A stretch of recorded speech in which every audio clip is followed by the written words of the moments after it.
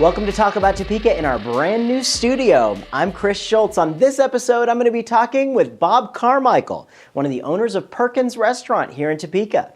This episode is brought to you by the WIBW channels and the Santa Land Diaries, a play by David Sedaris being performed at the Gourmet Cabaret Dinner Theater at the Break Room. Get your tickets now at breakroomdowntown.com. Don't go away because this episode starts right now.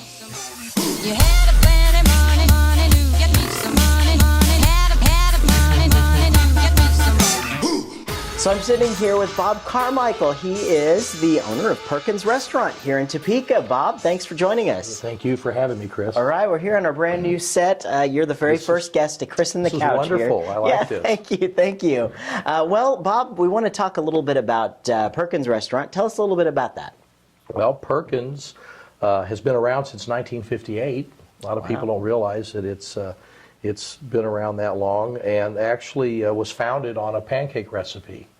Matt and Ivan Perkins in 1958 visited a pancake house up in Seattle, Washington. Were so impressed with the pancakes, they bought the recipe, went back to Cincinnati, and opened Perkins Pancake House. And we're making the same pancakes today. Same recipe. Nothing changed, huh? Nothing. They've played with it, but they've always gone back to the same recipe. Isn't it amazing how one product can just make something take off? Yes, and we do have the best pancakes in the world. All right, wonderful. Okay. So Perkins is on Wanamaker. Tell us a little bit about the store. Well, the store was opened in February of '94, and it was actually opened by Perkins Corporate. And they had a little bit of a rough start. They had some absentee managers that were kind of commuting. They didn't have anybody in here. And shortly after it opened, they approached my partner and wanted to know if he would be interested in purchasing the store because they wanted to try to find somebody that had local ties that could help make it work. So, Sure. So he then contacted myself and a couple others and interviewed with him and came over and offered me a partnership role in operating a restaurant. And I came over here in May of '96. Wow. And have been here ever since. Wow. And so what's it like working with a large corporation to bring that feel? Well, you know, there's some good things and there's some drawbacks. I guess the good thing is, of course, we have a good recognizable name around the country. Perkins are really known up in the Wisconsin, Minnesota area, Ohio, Florida. So people traveling around see a Perkins logo, they feel pretty comfortable. It's a good place to come and eat, so that helps. Sure. The other thing is, we have national support in our purchasing power. We're able to, with 450 stores, they negotiate contracts for all of them. Yeah. So we have some good purchasing power, and national marketing helps. They can put things together, which is good. On the downside, we're a little bit inhibited when it comes to being creative. Yeah. We have certain standards we have to adhere to, which is good, but sometimes you have an idea and you want to run with it, and it just doesn't fit the format for what they want to do. So you can't do that. So You got the guys in the suits with the calculators trying to make sure that it's working. Yes. Yeah. We used to refer to them as the corporate cops. Yeah. They come in and make sure you're doing all the things that are right. But it's a good company and they're fair and Sure. They're open to ideas. At least if you have an idea, they'll listen to you, and if they think you make it fit, they'll make it fit. And how big is the Perkins company? Well, Perkins is actually now Perkins Marie Calendars.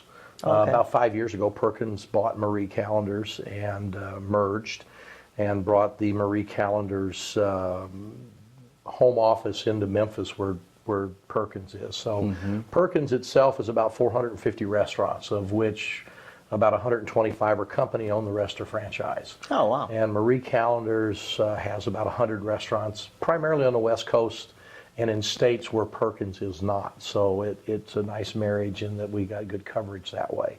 Sure. Perkins are in 38 states, and most of them north, central, Midwest. And That's quite a wide spread over there. Yeah. And so you have you get a lot of support from the other franchise owners and all that around? And is there a network of folks? Yeah, we have. My partner has a store in Lawrence, and then of course we have the one here. We have one in McPherson and one in Great Bend. Those are the ones that we have in Kansas. Then the Kansas City market is company owned, with the exception of the independent store. They opened a new one there last year, which is a franchise. So we have a good working relationship with the Kansas City market. When they have training classes, we can send our people over there. When they do new menu rollouts, we can go over there and work with them. So Sure, that's it's very a interesting. Very good working relationship with the company. Yeah, that's cool to see how that dynamic works, really.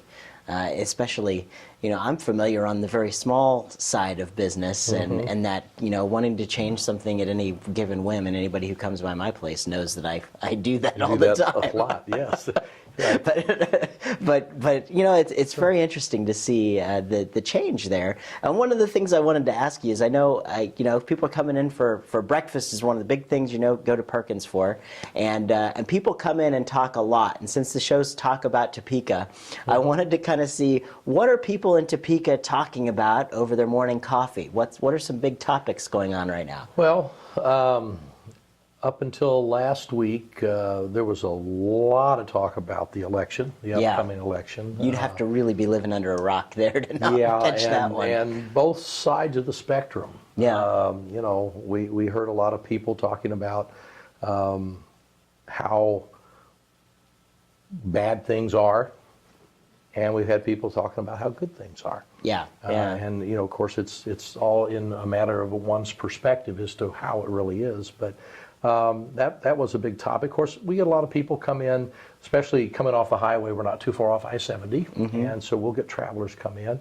and we get a lot of people asking about Topeka. Where do I go? What can I do? Where do I go to take the kids? And we talk about the local areas, the Discovery Center, the museum, the Combat Air Museum, those kinds of things. So a lot of that.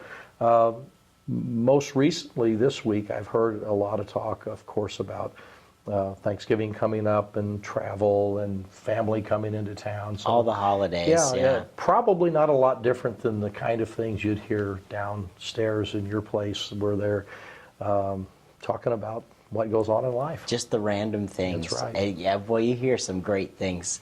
And you really do get to talk. I mean, when you kind of get in that, I think the morning breakfast thing is a little more different, because people seem to be a lot more talkative in the mornings. Have you noticed that? They come in, they're having their coffee. Yeah. It's like sitting around the dinner table, the breakfast table, or whatever. You've got your cup of coffee and a newspaper, and you have that conversation with your spouse or your significant other or whatever.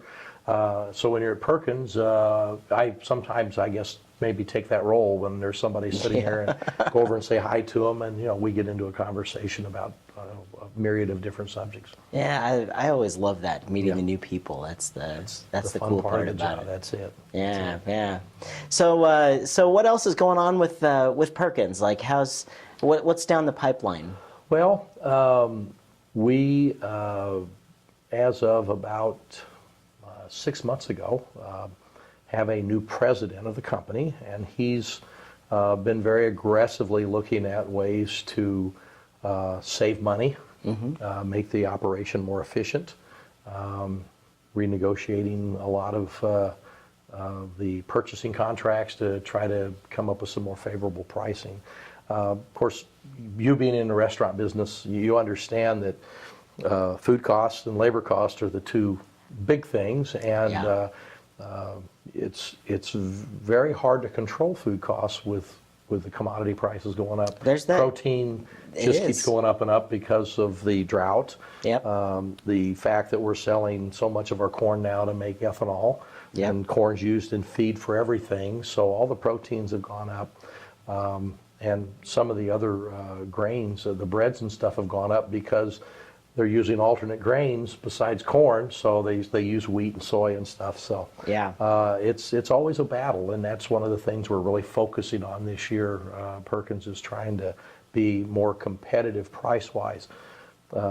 Every time you raise your price, we have the same thing. If we raise price of coffee a dime, we hear about it. Yeah. And when somebody's everyday breakfast or lunch goes up, and it went up a dime, Well, hey, last week it was only this. Yeah. And it's hard to get them to understand sometimes that you just have to do those kind of things. So that's a real focus. It seems like there's a big, people are really price sensitive now. Very much and so. And that's because the price of everything is going up. But also, there really is that balance there. Yes. It seems to be, it may be a little off kilter a little bit. It's hard. Yeah, it's very hard to, okay.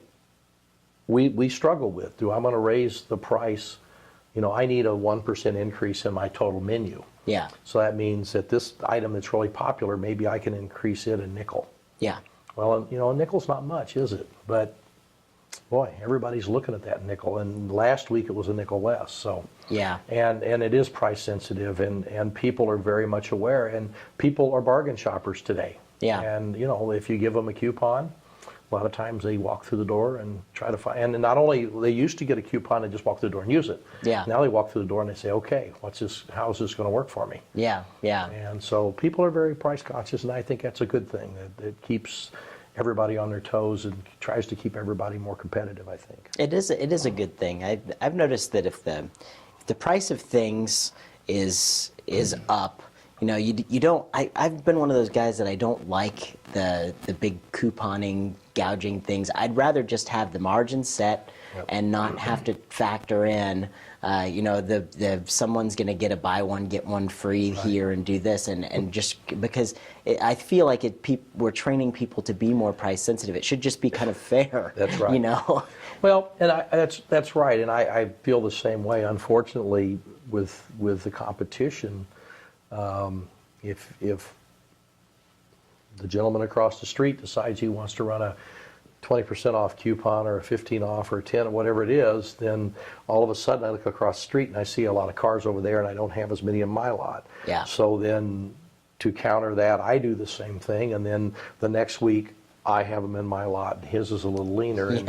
And it would be much easier, I think, for everybody if we just set your price, make it fair. Mm-hmm. And let them come in. Let the product sell it. That's right. And we hope that we have great product and great service, that people come back. Absolutely. So, yeah. But they're still price sensitive. Yeah.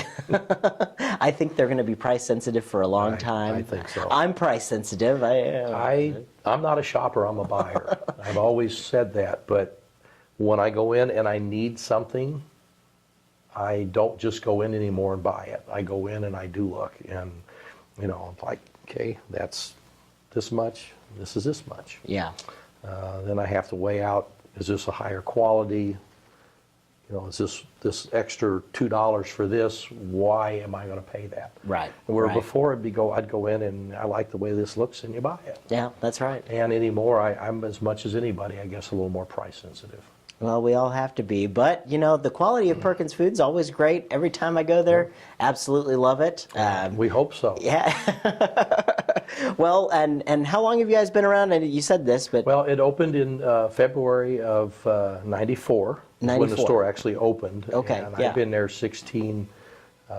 little over 16 years now. Well, here's to another 16 and many more. Actually, I'm hoping I'm still around here in 16 years, but not still there every day. I'd like to be a little more relaxed, maybe a little more golf. Yeah, well, Well, to your golf, Bob, I wish you well, and I thank you so much for joining us today. Thank you, Chris. You know what? I can't let you leave until we do our notorious lightning round. Okay. That's the... Okay, so I'm not going to get struck by lightning, right? No. Okay. Although, we will put 60 seconds on the clock, and there'll be a nifty sound effect, so don't worry about that. Okay. And then we'll go. So let's do the 60 seconds, and go. In your opinion, what was the greatest movie ever made? Butch Cassidy and the Sundance Kid. A good one. Let's see, a paper or plastic? Oh, paper. All right. If you were a car, what kind of car would you be?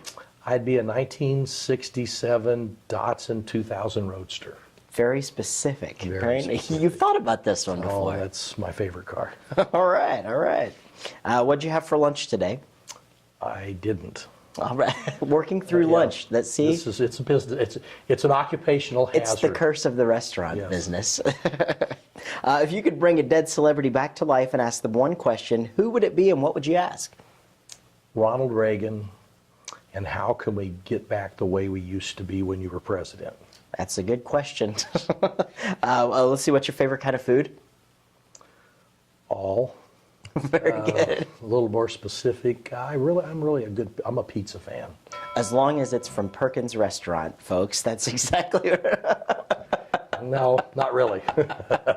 And that's all the time we have. Great. But one more question. What's your favorite television show to watch every Tuesday night at 9:30 on my TV?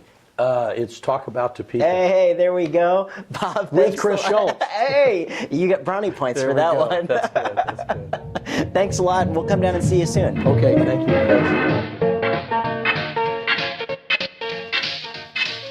Thanks for tuning in to this episode of TalkAboutTopeka.com.